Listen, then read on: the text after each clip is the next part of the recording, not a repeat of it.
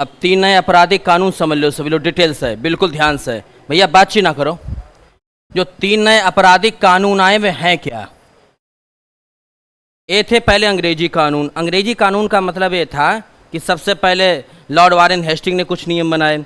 उसके बाद क्या हुआ कि एक भारत का पहला जो गवर्नर था जिसका नाम था लॉर्ड विलियम बेंटिक, ध्यान सुनना बहुत ध्यान से, लॉर्ड विलियम कौन था? बेंटिक। तो लॉर्ड विलियम बेंटिक ने लॉर्ड मैकाले से कहा कि तुम एक विधि आयोग का अध्यक्ष बन जाओ। तो लॉर्ड मैकाले को, बातचीत ना करो, लॉर्ड मैकाले को विधि आयोग का अध्यक्ष बनाया गया। विधि माने क्या होता है? कानून आयोग का अध्यक्ष बनाया गया। और इसी ने सबसे पहले जितने भी अपराध थे उनकी कोडिंग की थी।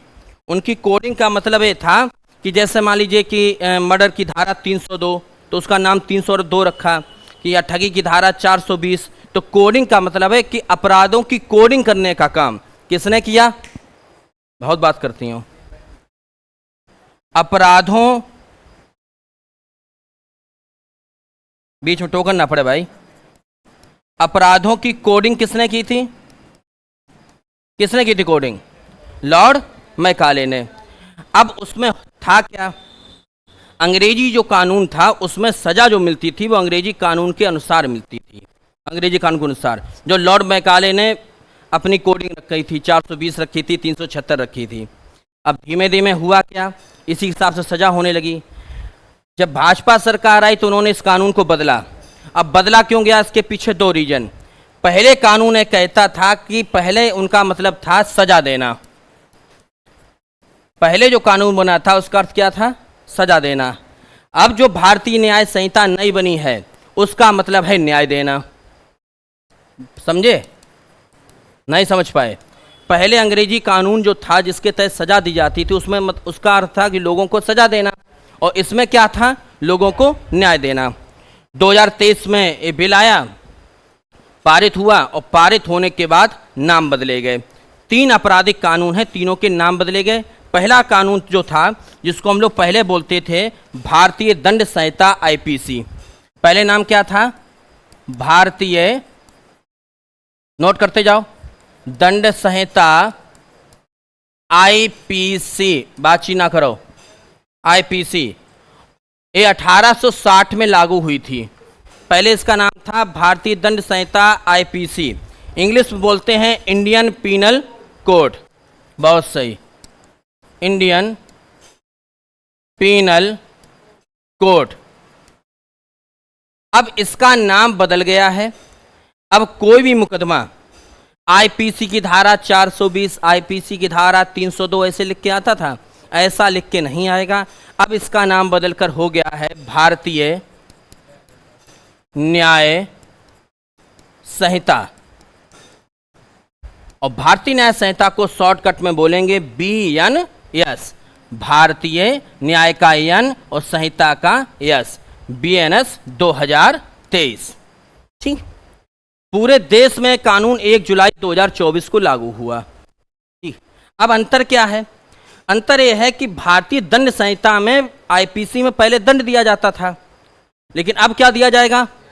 पीड़ित पक्ष को भी न्याय मिलेगा, उस पक्ष को भी न्याय मिलेगा, यानी दोनों पक्षों को न्याय देना हमारा उद्देश्य है। अब ये समझिए, जो आईपीसी है जिसको हम बोलते हैं भारतीय दंड संहिता, इसमें लिखा क्या है? इसमें हर जो केस है उसकी वो लिखी है धारा। ठीक है, और कौन से केस में कौन सी धारा लगेगी इसका पूरा वर्णन किस में मिलेगा? आईपीसी। जैसे तुमने चोरी की तो चोरी की क्या धारा है, चोरी किस प्रकार की है, तो जितने भी केस हैं, जो भी कृत्य हैं, उन कृत्यों का कौन सी कोडिंग दी जाएगी, कौन सी धारा लगेगी, उसका वर्णन है आईपीसी में। इस कानून का नाम बदला। दूसरा कानून लिखो, इसको बोलते थे पहले दंड प्रक्रिया संहिता, दंड प्रक्रिया संहिता। ठीक, इंग्लिश में बोलते थे CRPC। क्या बोलते थे? CRPC का मतलब होता है क्रिमिनल प्रोसीजर कोड। पहले बोलते थे क्रिमिनल प्रोसीजर कोड। दंड प्रक्रिया संहिता में इस लिखा है कि किस व्यक्ति को कितनी सजा दी जाएगी और कैसे सजा दी जाएगी, यानी इसमें सजा का वर्णन है, समझ गए। और इसमें किसका वर्णन है, इसमें जैसे तुमने चोरी की तो चोरी की सजा क्या होगी, चोरी का प्रकार क्या था, और इसमें मुकदमा चलेगा, सीआरपीसी के द्वारा मुकदमा चलता है, मुकदमा चलने के दौरान तुमको कैसे सजा पड़ेगी इसका वर्णन है। अब इसका नाम बदल गया है, अब दंड प्रक्रिया संहिता नहीं कहेंगे, सीआरपीसी नहीं कहेंगे, अब इसका नाम है भारतीय नागरिक सुरक्षा संहिता, और शॉर्टकट में बोलेंगे BNSS। अब क्या बोलेंगे, BNSS, भारतीय नागरिक सुरक्षा संहिता। अब इसका नाम बदल चुका है, ठीक, हटा दें, ठीक, आराम से नोट कर लो खूब तसल्ली से, कोई गड़बड़ी मत करना क्योंकि 100% इंपॉर्टेंट है। यानी ये ध्यान रखना, भारतीय दंड संहिता आईपीसी में लिखा है कि कौन से अपराध माने जाएंगे और कौन से अपराध नहीं माने जाएंगे, ठीक, और समझ गए भाई। और इसमें आपको उन अपराधों के लिए कैसे सजा दी जाएगी इसका वर्णन है।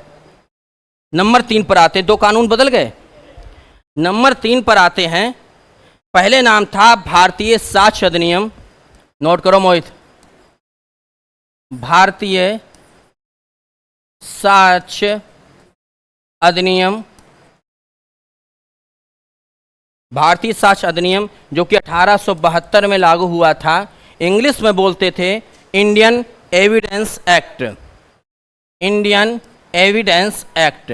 यानी इसमें पहले क्या होता था कि कौन कौन सी चीज़ों को सबूत माना जाएगा और कौन कौन सी चीज़ों को सबूत नहीं माना जाएगा, ठीक है।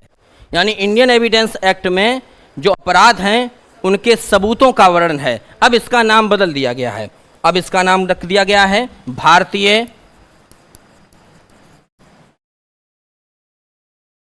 साक्ष्य अधिनियम। जो इंडियन एविडेंस एक्ट था अब इसका नाम भारतीय साक्ष्य अधिनियम हो गया है, और हिंदी में इसको लिखेंगे ऐसे करके, भारतीय साक्ष्य अधिनियम यानी BSA। पहले इसको बोलते थे इंडियन एविडेंस एक्ट, अब क्या बोलेंगे, भारतीय साक्ष्य अधिनियम।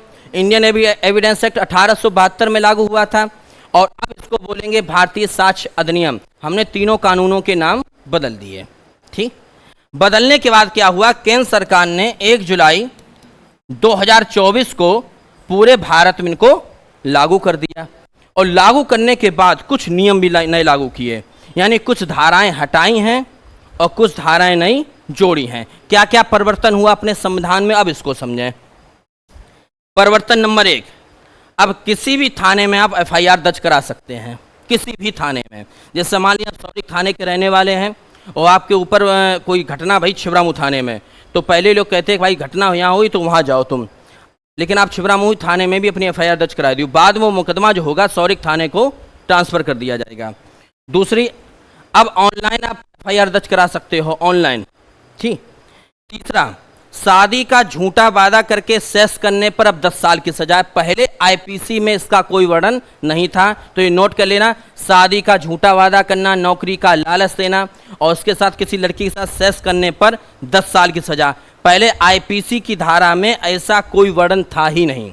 सेकेंड, धारा 377 को समाप्त कर दिया गया। ये धारा 377 क्या है, इसको लेकर जितने भी जानकार हैं वे सब विरोध कर रहे हैं। धारा 377 था समलैंगिक सेक्स करना, लड़का लड़का के साथ करें, तो ठीक, धारा 377 समाप्त कर दी गई, लेकिन पहले था, अब इसको इन्होंने समाप्त कर दिया। तो जितने कानून के जानकार हैं वो इसका विरोध कर रहे हैं कि भैया अगर ऐसा होता, किसी लड़के के साथ कृत्य हो गया, कोई नाबालिग है, तो किस धारा में मुकदमा दर्ज करेंगे। अगला, व्यभिचार को भी खत्म कर दिया गया। व्यभिचार का मतलब है कि कोई व्यक्ति शादीशुदा है, कोई व्यक्ति शादीशुदा है और उसका किसी अदर लड़की के साथ अफेयर है, तो वो अपराध की श्रेणी में अब नहीं आएगा। ये चीज़ें परिवर्तन हुई। और क्या क्या परिवर्तन हुआ सुन लो जरा। अगला, आईपीसी में जो पहले इंडियन पीनल कोड था, आईपीसी में आतंकवाद को लेकर कोई स्पष्ट वर्णन नहीं था, आतंकवाद की कोई परिभाषा नहीं दी गई थी। लेकिन भारत में भारतीय न्याय संहिता जो 2023 में आई है, उसमें उन्होंने आतंकवाद के लिए पूरा अलग से कोडिंग की है। उन्होंने बताया कि आतंकवाद की श्रेणी में कौन कौन आएंगे, जो भारत की एकता, अखंडता, सुरक्षा से खिलवाड़ करेगा वो आतंकवाद की सूची में आएगा। ठीक, या देश के बाहर कोई हमला करता है या उसके दूतावास पर हमला करता है, नकली नोट छापना, ये सब आतंकवाद में आएगा और आतंकवाद को परिभाषित कर दिया गया। पहले एक धारा लगती थी राजद्रोह, राजद्रोह। केंद्र सरकार ने राजद्रोह को समाप्त कर दिया है और इसकी जगह पर देशद्रोह शब्द यूज होगा। राजद्रोह की जगह पर क्या यूज होगा भैया? देशद्रोह यूज होगा। अब राजद्रोह की वजह देशद्रोह क्यों किया गया?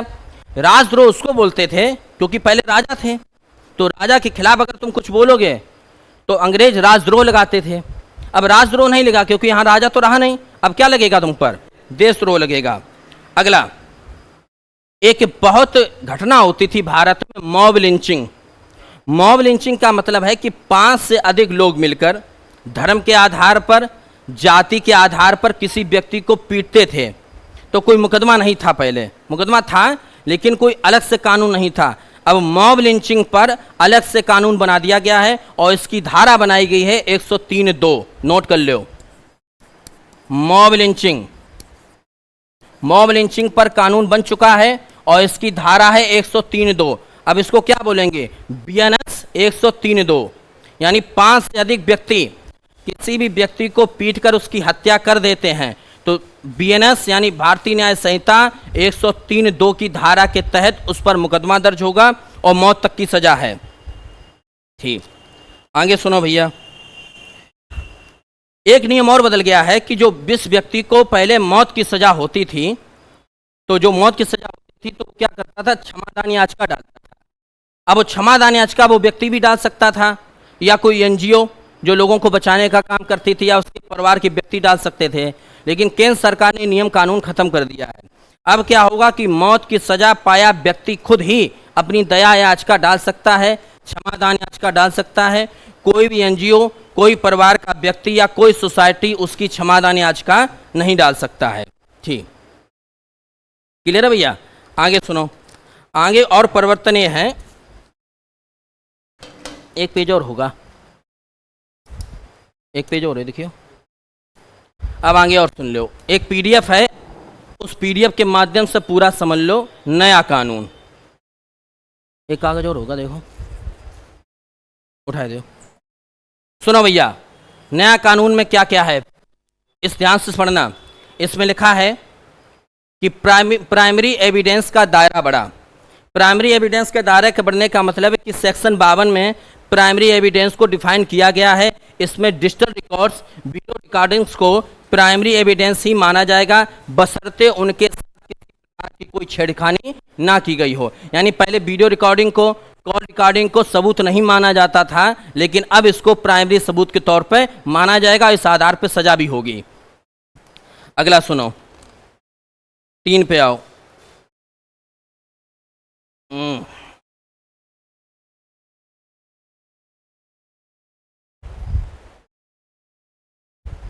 एक सेकेंड, बोर्ड हैंग कर रो का? आराम से पढ़ लो, कोई दिक्कत नहीं।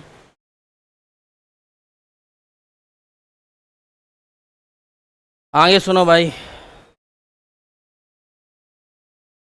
हाँ भाई सुनो, अगला लिखा है कि भारतीय साक्ष्य अधिनियम डिजिटल एविडेंस पर भी जोर देता है। इसका लिखा कि सेक्शन 2D के भाग 6 में दस्तावेज यानी डॉक्यूमेंट्स को परिभाषित किया गया है, जिसमें इलेक्ट्रॉनिक डॉक्यूमेंट्स यानी डिजिटल रिकॉर्ड्स को जोड़ दिया गया है। अब ई डॉक्यूमेंट्स यानी डिजी लॉकर के जो डॉक्यूमेंट्स हैं या इंटरनेट के जो डॉक्यूमेंट्स हैं, अब उनको सबूत माना जाएगा। 5 पे आओ। गंभीर मामलों में फोरेंसिक जांच जरूरी। इसमें लिखा है कि धारा 176 में, यानी अब इसको बोलेंगे बीएनएस 176, आईपीसी 176 नहीं, धारा 176 में गंभीर अपराध के मामलों में फोरेंसिक जांच को जरूरी कर दिया गया है। इसके मुताबिक जिस मुकदमे में, जिस केस में 7 साल से ऊपर की सजा का कोई मुकदमा है, जैसे 302 का है, 376 का है, तो उसमें अब आपको फॉरेंसिक जांच करनी पड़ेगी पुलिस वालों को, निश्चित। पेज नंबर 8 पर आओ।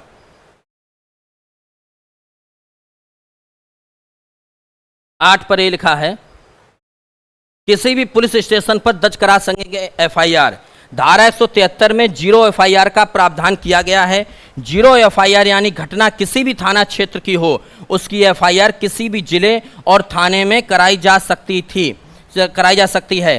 पहले कई बार पुलिस फरियादी को थाना क्षेत्र का हवाला देकर लौटा देते थे, लेकिन अब आप छिबरामऊ में हो, कन्नौज में हो, फरक्काबाद में, गुजरात में हो, वहीं एफआईआर दर्ज करा दो। ठीक, पेज नंबर 9। भारतीय नागरिक सुरक्षा संहिता 6 बड़े अपडेट में लिखा है कि पुलिस स्टेशन जाए बगैर कर सकेंगे एफआईआर। धारा 173 के मुताबिक अब पुलिस स्टेशन जाए बगैर ऑनलाइन एफआईआर दर्ज कराई जा सकती है। पहले कुछ राज्यों में चोरी जैसे अपराधों में ईएफआईआर यानी इंटरनेट द्वारा एफआईआर दर्ज कराई जा सकती थी, लेकिन अब देश भर में हत्या, लूट, रेप जैसे गंभीर मामलों में भी ईएफआईआर दर्ज हो सकती है। Page number 10। पहली बार क्रिमिनल कानूनों में आतंकवाद शामिल। अब सुनना ध्यान से, आतंकवाद को क्रिमिनल कानूनों में शामिल कर लिया गया है। बीएनएस की धारा 113 में, किसमें? 113 में आतंकवाद और आतंकी गतिविधियों को परिभाषित किया गया है। दोषी पाए जाने पर आरोपी को फांसी और उम्र कैद की सजा हो सकती थी। पहले क्या था? पहले आईपीसी में आतंकवाद शामिल नहीं था। ऐसे मामलों को यूएपीए के तहत पेश किया जाता था। यूएपीए के नियम ज़्यादा सख्त होते हैं और मामलों की सुनवाई स्पेशल कोर्ट में होती थी। अगला, मॉब लिंचिंग पर अलग से कानून, फांसी की सजा। बीएनएस की धारा 103(2) के मुताबिक अगर 5 या उससे अधिक ज़्यादा लोगों का ग्रुप जाति, धर्म, लिंग या नस्ल आस्था की वजह से किसी व्यक्ति की पीट कर हत्या कर देता है, तो हर एक व्यक्ति को फांसी की सजा हो सकती है। पहले आईपीसी में इसके लिए अलग से कोई कानून नहीं था। मॉब लिंचिंग के दोषियों पर 302 के तहत मुकदमा चलाया जाता था, लेकिन अब मॉब लिंचिंग के लिए अलग से धारा बना दी गई है। पेज नंबर 11 के बाद आ जाओ पेज नंबर 12 पर। हाँ, एक नया परिवर्तन हुआ है। भारतीय न्याय संहिता में छोटे अपराधों में अब कम्युनिटी सर्विस। छोटे अपराध ऐसे हैं कि तुमने 500 रुपए की चोरी कर ली, किसी के थप्पड़ मार दिया, तो कोर्ट अब तुमको जेल नहीं भेजेगा, तुमसे सामाजिक सेवा करा के जाओ, 6 पेड़ लगा के आओ, 6 महीने किसी अस्पताल में काम करो, ये लिखा हुआ है, जरा सुनिए। धारा 4 में कम्युनिटी सर्विस का जिक्र है। कम्युनिटी सर्विस यानी वो काम जिससे कम्युनिटी को लाभ हो, कम्युनिटी माने समुदाय को लाभ हो। अब छोटे मोटे अपराध के लिए कोर्ट जेल भेजने के बजाय कम्युनिटी सर्विस की सजा दे सकती है। हालांकि इसमें क्या क्या करने होंगे ये अभी स्पष्ट नहीं है। आईपीसी यानी पुराना कानून था, इसमें कम्युनिटी सर्विस का कोई जिक्र नहीं था। अब सजा के तौर पर कम्युनिटी सर्विस कब दी जा सकती है? पब्लिक सर्वेंट के अवैध व्यापार में शामिल होने पर, 5000 की चोरी करने पर, शराब पीकर चिल्लाने पर, मानहानि के मामले पर। ठीक भाई। अगला, भारतीय न्याय संहिता की धारा 291 के मुताबिक यदि कोई पालतू जानवर किसी व्यक्ति पर अटैक करता है या कोई नुकसान पहुंचाता है तो जानवर के मालिक को 5000 रुपए का जुर्माना और 6 महीने की जेल हो सकती थी। पहले आईपीसी में ऐसा कोई नियम नहीं था। Page number 16। शांत रहो। अब ये सुनना जरा, ये मुसलमानों के लिए विशेष तौर पर बनाया गया। नाबालिग पत्नी से जबरन शारीरिक संबंध बनाना रेप होगा, लेकिन हिंदुओं पर लागू नहीं हो सकता है। क्यों नहीं लागू होगा? सुनो, ये मुसलमानों के लिए, सुनो ध्यान से। भारतीय न्याय संहिता की धारा 63 में रेप को परिभाषित किया गया है।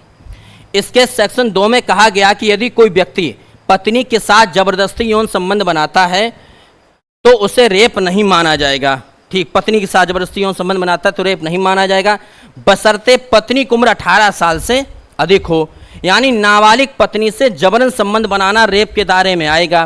पहले आईपीसी की धारा में यह उम्र कितनी थी? 15 साल। अब ये मुसलमानों के लिए क्यों है? क्योंकि मुसलमानों में जो मुस्लिम पर्सनल लॉ बोर्ड का कानून है उसमें 18 साल से कम उम्र की लड़की की शादी हो सकती है, लेकिन हिंदू जो कानून है उसमें शादी नहीं हो सकती है। तो रेप का मुकदमा मुसलमानों के ऊपर चल सकता है। ये लिखा है, देश में लड़कियों की शादी की कानूनी उम्र 18 साल है, लेकिन मुस्लिम पर्सनल लॉ में 18 साल से कम उम्र में शादी की इजाज़त है, और अगर ऐसा कोई व्यक्ति करता है तो उसके ऊपर मुकदमा हो जाएगा। ठीक, अगला पेज नंबर 16, 18 हो गया। 18 के बाद आ जाओ 19 पर।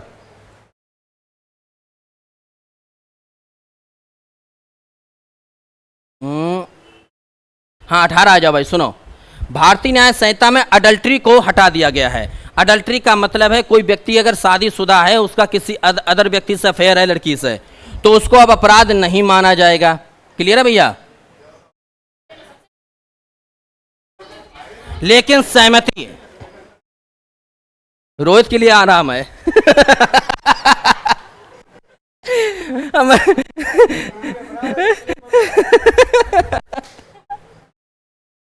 हाँ भैया सुनो, भारतीय न्याय संहिता में अडल्ट्री को हटा दिया गया है, यानी एक्स्ट्रा मैरिटल अफेयर अब अपराध नहीं है।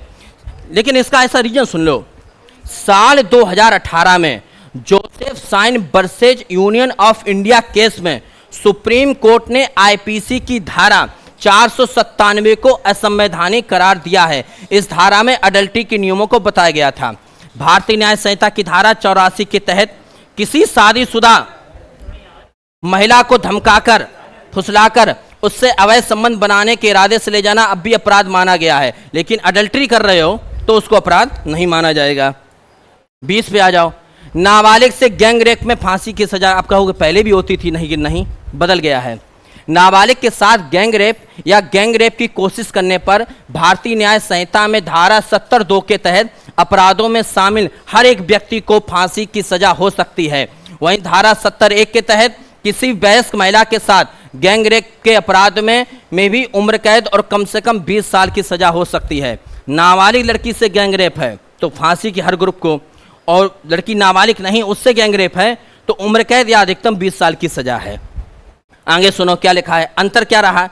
पहले आईपीसी की धारा 376 डी और बी में 12 साल से कम उम्र तक की नाबालिग से गैंग रेप करने पर फांसी की सजा थी, और 12 साल से ऊपर की युवती से गैंग रेप पर अधिकतम उम्र कैद की सजा हो सकती थी। अब 18 साल से कम की लड़की तब भी गैंग रेप थी।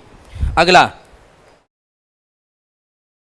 ये लिखा, मैं बता चुका हूं, शादी का झांसा देकर यौन शोषण करना अपराध। धारा 69 के मुताबिक किसी भी महिला से शादी का झूठा वादा करके या उसे नौकरी और प्रमोशन का लालच देकर यौन संबंध बनाने पर रेप ना हो फिर भी 10 साल की जेल और जुर्माने का प्रावधान है। इसमें पुलिस बिना वारंट के आरोपी को गिरफ्तार कर सकती। जा बात तुम लोग खास तौर पे पढ़ लो। आईपीसी में इससे निपटने के लिए पहले कोई स्पष्ट कानून नहीं था। इसके चलते कोर्ट आईपीसी की धारा 493 के तहत मुकदमा दर्ज करती थी, लेकिन अब इसके लिए स्पष्ट कानून बना दिया गया है। अब आगे सुनो, धारा 377 समाप्त। मैंने लिखा है कि जबरन अप्राकृतिक संबंध बनाना अब गैर कानूनी नहीं। ठीक, आगे सुनो, अब कुछ धाराओं के नाम बदले गए। पहले मर्डर को क्या बोलते थे, 302, अब क्या बोलेंगे 101। धोखाधड़ी पहले क्या कहलाती थी, अब धारा का नाम गैंग रेप। रेप की धारा, रेप अलग है 375, अब गैंग रेप 376 टी, अब 70। गैर कानूनी समाज धारा 144 इसको बोलते थे, 187 से 189। दंगा 146 को 191, दहेज हत्या 304 बी को 80, हत्या का प्रयास 307 को 109 कहा जाएगा। मानहानि का दावा 499 की जगह 356, किडनैपिंग 359 की जगह 137, हमला 351 की जगह 130, और किसी लड़की का पीछा करना 354 डी के तहत 78। समझ में आया भैया? अब एक पॉइंट और नोट करो, इन तीनों कानूनों को संयुक्त रूप से क्या कहा जाएगा, जैसे भारतीय न्याय संहिता, भारतीय नागरिक सुरक्षा संहिता और इंडियन एविडेंस एक्ट को संयुक्त रूप से कहा जाएगा, इसके बारे में नोट करो जरा। सबके समझ में आया? इसको जरा नोट करो। अब इनको बोला जाएगा, जो तीनों आपराधिक कानून हैं इनका एक साथ नाम रखा गया है कि भारतीय आपराधिक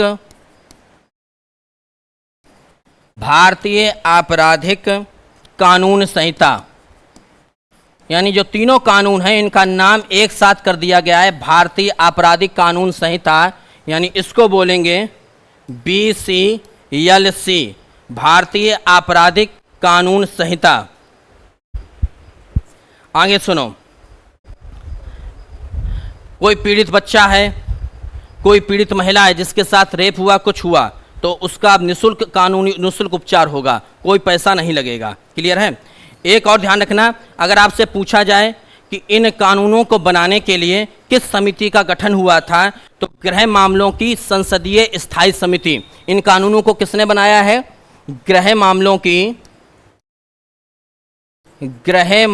की संसदीय स्थायी समिति ने इन कानूनों को पेश किया है और पूरे भारत में अब लागू हो चुके हैं।